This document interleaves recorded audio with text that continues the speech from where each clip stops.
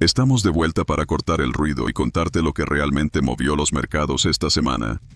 Olvídate de lo que escuchaste en CNBC, Bloomberg o en esos podcasts financieros llenos de eco. Esto no es una charla entre periodistas económicos. Y no estamos entrevistando a un multimillonario de un hedge fund. Esto es algo completamente distinto. Es un debriefing en crudo, en tiempo real, entre dos inteligencias artificiales, ambas entrenadas por un exgestor institucional de alto nivel, analizando lo que de verdad sacudió a los mercados globales. La Fed no cede, la inflación sigue siendo pegajosa, y el oro acaba de marcar un nuevo récord. Wall Street retrocede mientras se esfuman las esperanzas de recortes de tipos a principios de 2026. En Europa, los servicios aguantan, pero la industria se tambalea. Japón se acerca con cautela a una normalización monetaria. ¿Y China? Avanza más por liquidez interna y especulación que por fundamentos sólidos. Antes de lanzarte al próximo breakout o movimiento macro, detente. Vamos a desentrañar lo que los datos realmente están susurrando. No solo lo que gritan los titulares. Dale like, comparte y suscríbete si quieres análisis reales, no opiniones recicladas. Y quédate hasta el final. Revelaremos los 5 principales riesgos globales que podrían sacudir los mercados la próxima semana. No te lo pierdas. Bienvenidos a nuestro análisis semanal, esa cita que tenemos para entender un poco qué mueve los mercados globales. Y esta semana, la verdad, el tablero ha mostrado jugadas un poco contradictorias, ¿no? Por un lado, el oro, escalando a nuevos picos. Y por otro, la Reserva Federal, pues echando un jarro de agua fría sobre esas esperanzas de bajadas de tipos inminentes. Menuda tensión. Absolutamente. Ha sido una semana, de navegar con brújula, sí. Por un lado, tienes datos macro que sugieren cierta fortaleza, como esa revisión al alza del PIB de Estados Unidos. Pero por otro, un mensaje cada vez más firme de los bancos centrales, sobre todo desde Washington. Insisten en que, la lucha contra la inflación no ha terminado ni mucho menos. Pues vamos a meterle mano. Hoy, como siempre, repasaremos el pulso de los mercados, zona por zona. Estados Unidos, la eurozona, Reino Unido, Japón y China. Después pondremos las luces largas a ver qué nos trae la agenda crucial de la próxima semana. Y como broche final, identificaremos esos 5 riesgos clave que, todo inversor debería tener ahí marcados en rojo. El objetivo está claro, ofrecer perspectiva, análisis útil, directo al grano. Ese es el plan. Intentar separar la señal del ruido, entender las corrientes de fondo y, anticipar un poco qué podría sacudir el barco en los próximos días. Empezamos entonces en Estados Unidos. Las bolsas allí encadenaron su segunda semana en negativo en las últimas 8. El S&P 500 cedió un 0,31%, el Nasdaq tecnológico un 0,65%, el Dow Jones un 0,15% y el índice de pequeñas empresas, el Russell 2001, un 0,59%. Parecía que había varios frentes abiertos, ¿no? Ese tono más restrictivo de la Fed, algunos indicios de que el mercado laboral, podría empezar a enfriarse, y el repunte del petróleo. El único sector que se salvó fue el energético, claro. Sí, la Reserva Federal ha sido, sin duda, la gran protagonista. Tanto Jerome Powell como otros miembros del comité han sido bastante explícitos. Han dicho que no hay ninguna prisa por bajar los tipos de interés. Ninguna. Incluso deslizaron comentarios sobre valoraciones bursátiles bastante altas. Eso dijeron. Y también sobre la persistencia de los riesgos inflacionistas. Y esto tuvo un efecto inmediato, claro. Las rentabilidades de los bonos del Tesoro a corto plazo repuntaron y las expectativas del mercado sobre recortes de tipos a corto plazo pues se evaporaron considerablemente. Y tuvimos el dato de inflación preferido por la Fed, el PCE. ¿Qué nos dijo? Pues mira, el PCE subyacente, que es el que no tiene alimentos ni energía, y por eso lo mira tanto la Fed, subió un 2,9% interanual en agosto. Quedó en línea con lo esperado y, no varió respecto a julio. Por ese lado, digamos, sin sobresaltos. Ahora bien, el PCE general, el que sí incluye todo, ese subió hasta el 2,7%. Es un nivel más alto en 6 meses. La energía parece estar detrás de ese repunte. Es interesante porque mientras esa inflación subyacente se mantiene estable pero alta, el crecimiento económico del segundo trimestre se revisó al alza con fuerza. Exacto. Se revisó hasta un 3,8% anualizado. Venía del 3,3% previo. La clave está en el consumo privado, que sigue demostrando una resistencia que, bueno, sorprende a muchos analistas. Y hablando de sorpresas, el oro marcó un nuevo máximo histórico, superando los $3.800 por onza. Una cota impresionante. ¿Qué está impulsando esa fiebre del oro? ¿Es solo la inflación o hay algo más? Es una combinación de factores, yo creo. Por un lado, sí, la preocupación por esa inflación pegajosa que no termina de ceder. Por otro, actúa como activo refugio clásico. En un entorno donde aumenta la incertidumbre económica, geopolítica, pues la gente busca refugio. Y para añadir más leña al fuego de las sorpresas, el mercado inmobiliario dio una señal de fortaleza inesperada. Las ventas de viviendas nuevas se dispararon un 20% en agosto. Una barbaridad. Alcanzaron una tasa anualizada de 800.000 unidades. Esto superó con creces las previsiones. Y eso a pesar de tipos hipotecarios muy altos. Exacto. A pesar de que los tipos hipotecarios están en niveles elevadísimos. Sorprende, sí. Entonces, si juntamos todas estas piezas del puzzle estadounidense, ¿cuál es la gran lectura de la semana? ¿Qué nos llevamos? Quizá lo más revelador es constatar la firmeza de la Fed. El mensaje es claro. La lucha contra la inflación es la prioridad. Y no van a desviarse fácilmente de ese camino.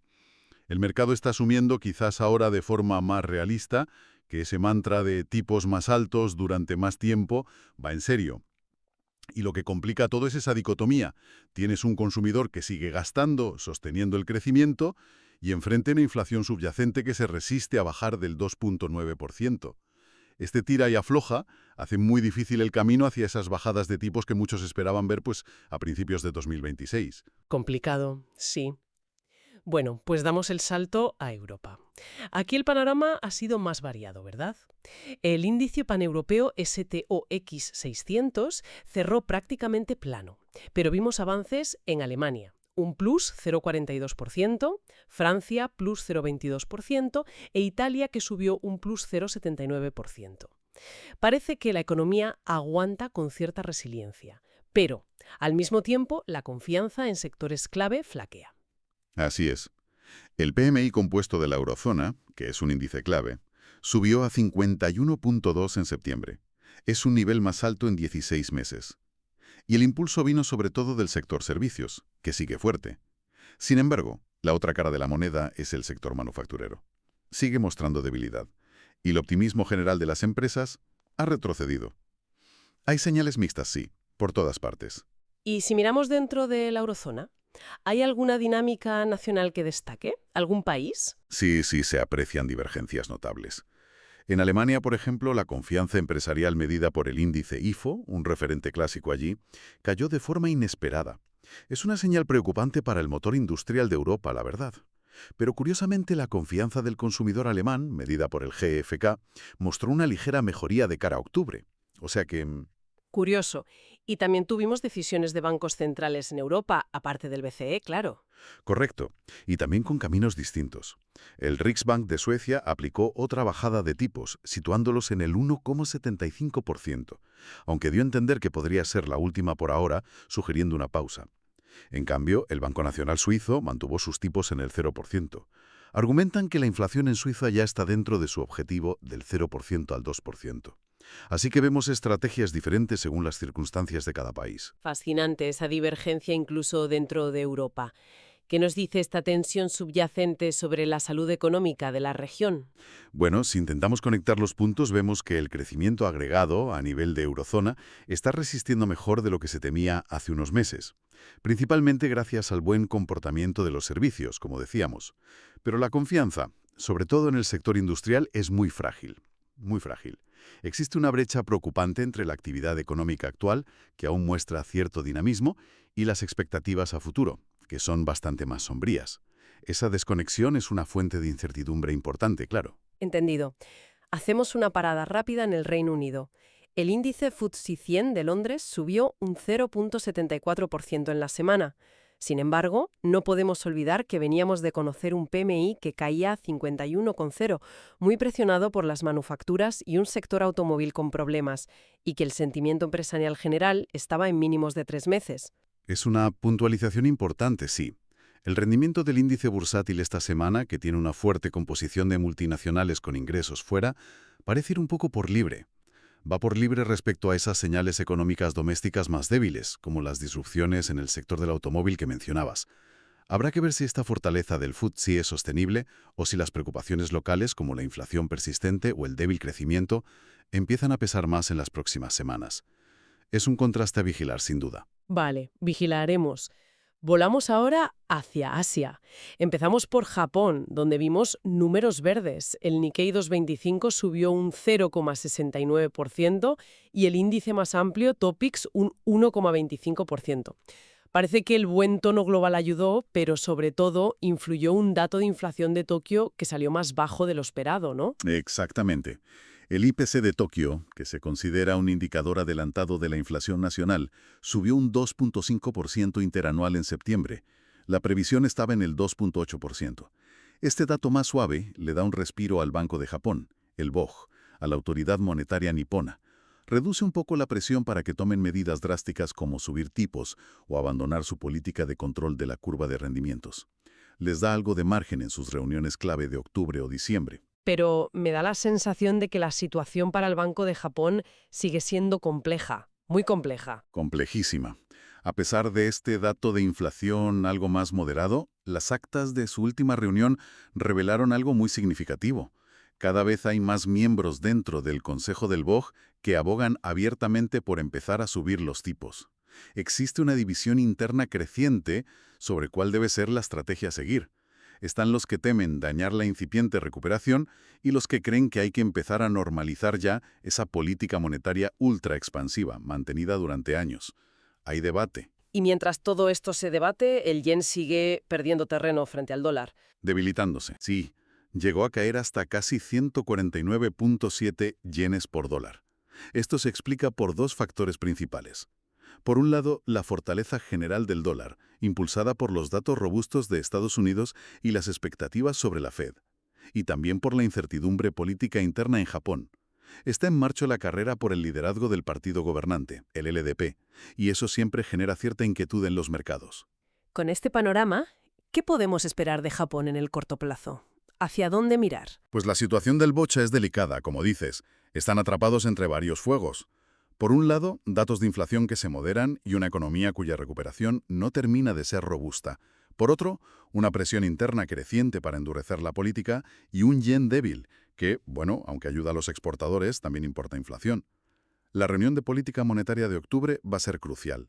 Veremos si finalmente dan alguna señal de cambio o si prefieren esperar y ver. La encuesta Tankan de sentimiento empresarial que conoceremos pronto también dará pistas importantes. Hay que estar atentos. Muy bien. Cerramos nuestro recorrido regional en China. Las bolsas continentales tuvieron ganancias modestas. El Shanghai Composite subió un 0,21%, el CSI 300 un 1,07%. Sin embargo, el índice Hang Seng de Hong Kong, que está más expuesto a valores internacionales, cayó un 1,57%. Fue una semana sin grandes publicaciones de datos macroeconómicos. ¿Qué ha estado moviendo al mercado chino entonces, si no había datos? Pues mira, en la China continental, el impulso reciente parece venir más de factores internos y del puro sentimiento inversor, más que de una mejora clara en los fundamentales macroeconómicos. Hay varios elementos en juego. Una liquidez doméstica abundante, la falta de alternativas de inversión atractivas para el capital local, y un optimismo persistente en torno a sectores como la inteligencia artificial, la tecnología, que viene animando al mercado desde la primavera. ¿Y cómo influye la política económica de Pekín en este contexto? ¿Sigue pesando? Sigue siendo un factor relevante, sí. La campaña gubernamental para reducir la competencia interna excesiva, eso que llaman antiinvolución, y fomentar la innovación real, pues sigue dando cierto soporte al apetito por el riesgo en áreas tecnológicas y de alto crecimiento. Y esto ocurre a pesar de que los indicadores económicos generales, como el consumo o la inversión, todavía no muestran una fortaleza convincente. Siguen algo flojos. Pero un impulso basado principalmente en liquidez y sentimiento. A ver, ¿es realmente sostenible a medio plazo? Ahí está la gran pregunta. El sentimiento puede ser un motor poderoso a corto plazo, pero necesita combustible, necesita algo más. Sin un respaldo de datos macroeconómicos más sólidos que confirmen una recuperación económica más amplia y genuina, este tipo de rally basado en expectativas y liquidez es intrínsecamente frágil, muy frágil.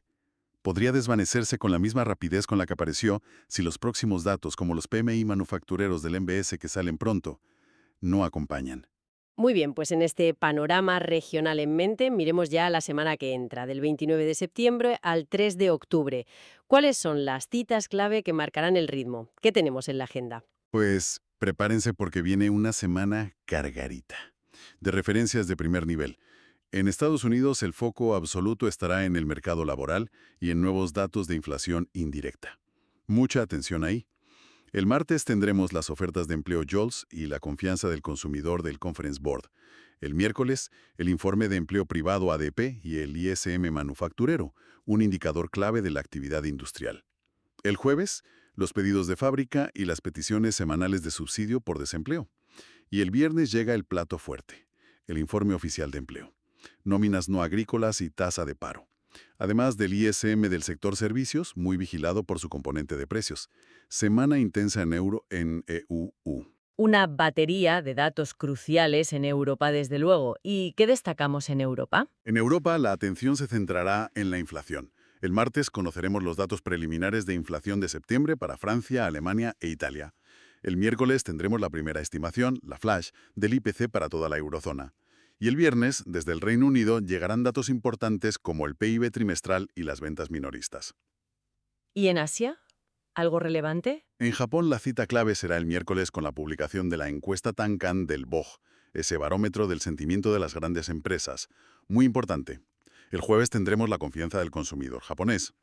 Y en China, la semana empieza con el PMI manufacturero oficial, el del NBS, el martes. Y, ojo, importante recordar que después los mercados chinos permanecerán cerrados el miércoles y el jueves por el inicio de la festividad nacional de la Semana Dorada. Perfecto. Apuntado queda. Y ahora llegamos a uno de los momentos más esperados. Los 5 riesgos principales que los inversores deberían tener en su radar para la próxima semana. ¿Cuáles son? Danos las claves. Vamos a desgranarlos. El primero, un mayor deterioro del mercado laboral en Estados Unidos. El dato de agosto ya mostró cierta debilidad. Fue una señal de alerta. Si el informe de empleo del viernes confirma esa tendencia a la baja, ya sea con una creación de empleo muy por debajo de lo esperado o un aumento de la tasa de paro, podría interpretarse como que el enfriamiento económico se está acelerando. Y esto pondría a la Fed en una posición muy complicada. Podría dañar seriamente la confianza del consumidor y las expectativas de beneficios empresariales. Mucho cuidado con eso. Entendido. Riesgo número 1, el empleo en EUE. El segundo riesgo. Tercero, la persistencia de la inflación en EU, que siga presionando a la Fed, aunque el PCE subyacente se mantuvo en 2.9. Si vemos señales de repunte en los precios pagados dentro del ISM de servicios, que se publica también el viernes, o si los salarios por hora en el informe de empleo muestran una aceleración, se reavivará el temor a que la inflación se enquiste, se quede ahí pegada. El riesgo aquí es que el mercado acabe por descartar por completo cualquier bajada de tipos hasta bien entrado 2026. Y eso impulsaría aún más las rentabilidades de los bonos y castigaría especialmente a los sectores más sensibles a los tipos, como el tecnológico o el inmobiliario. Tercer punto crítico. Nos movemos a Europa. ¿Cuál es el riesgo allí? Sí, el riesgo de que la inflación en la eurozona sorprenda al alza. El miércoles conoceremos esa estimación preliminar del IPC de septiembre. Si muestra una reaceleración inesperada, podría echar por tierra las esperanzas de que el Banco Central Europeo, el BCE, empiece pronto a relajar su política monetaria. Esto asustaría a los mercados de bonos, que ya están bastante nerviosos por los niveles de deuda soberana en algunos países. Un reajuste de expectativas hacia un BCE más duro golpearía las bolsas europeas y podría provocar una ampliación de los diferenciales de deuda entre los países del núcleo y los periféricos. Otro punto delicado. Cuarto riesgo. Miramos de nuevo a China. ¿Qué nos preocupa allí? La posibilidad de que el PMI manufacturero de China decepcione y debilite la narrativa de recuperación. Como comentábamos antes, gran parte del buen comportamiento reciente de la bolsa china se ha apoyado en la liquidez y el sentimiento. Si el dato oficial del PMI del martes muestra una contracción o una debilidad inesperada, reforzaría las preocupaciones sobre los riesgos de una deflación estructural en la segunda economía mundial. Unos PMIs decepcionantes podrían agriar rápidamente el sentimiento hacia las materias primas y los mercados emergentes en general. Podrían revertir las ganancias recientes de la bolsa china. Así que, atentos al PMI chino. Y llegamos al quinto y último riesgo clave de la semana. ¿Cuál es? La incertidumbre sobre la política en Japón y la consecuente volatilidad del yen. El Banco de Japón parece acercarse al momento de endurecer su política.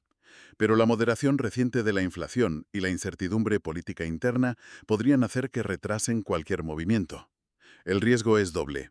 Un error de cálculo por parte del BOJ, actuar demasiado pronto o demasiado tarde, o una sorpresa en la carrera por el liderazgo político. Podrían desencadenar movimientos muy bruscos en el yen. Y una fuerte apreciación o depreciación del yen suele tener efectos contagios, ¿sabes? Sacudiendo el sentimiento de riesgo en toda la región asiática. Aquí, la encuesta Tankan del miércoles y la confianza del consumidor del jueves serán datos a seguir muy de cerca para calibrar esto. Clarísimo. Entonces, si tuviéramos que encapsular el sentimiento de esta semana que cerramos, los mercados siguen digiriendo ese mensaje de firmeza de la Fed, la inflación demuestra ser más pegajosa de lo deseado, empiezan a surgir algunas dudas sobre la fortaleza del mercado laboral y persisten las incertidumbres globales. A la semana que viene, pues, todas las miradas estarán puestas en esos datos de empleo de EU, en los PMIs globales y en cualquier señal, por sutil que sea, de los bancos centrales. Exacto. Y si damos un paso atrás y miramos más allá de los datos puntuales de la próxima semana, quizás la gran pregunta de fondo que flota en el ambiente es si los mercados están realmente preparados y están valorando correctamente un escenario prolongado de tipos de interés más altos de lo que estábamos acostumbrados. ¿Están subestimando la capacidad de las economías y las empresas para funcionar en este nuevo entorno? ¿O por el contrario, estamos quizás al borde de un punto de inflexión, sea económico o financiero, que todavía no se manifiesta claramente en los datos, pero que, bueno, podría estar gestándose? Es la gran duda. Una reflexión final muy potente, sí señor. El juego en los mercados globales no se detiene. Aquí estaremos la próxima semana para seguir analizando las claves y tratando de anticipar las próximas jugadas. Gracias por acompañarnos y hasta entonces. ¿Sigues aquí? Entonces eres de los que realmente quieren entender los mercados. Si esto te hizo pensar diferente, dale like, comparte y suscríbete. Los mercados más inteligentes necesitan mentes más despiertas. Crezcamos juntos. Nuevos episodios con IA cada semana. Imagina este nivel de análisis, impulsado por IA, pero adaptado a tu negocio, ya sea que gestiones inversiones, sigas la política económica o lideres un equipo ágil. Creamos podcasts a medida para tomadores de decisiones como tú. Contáctanos, construyamos el tuyo.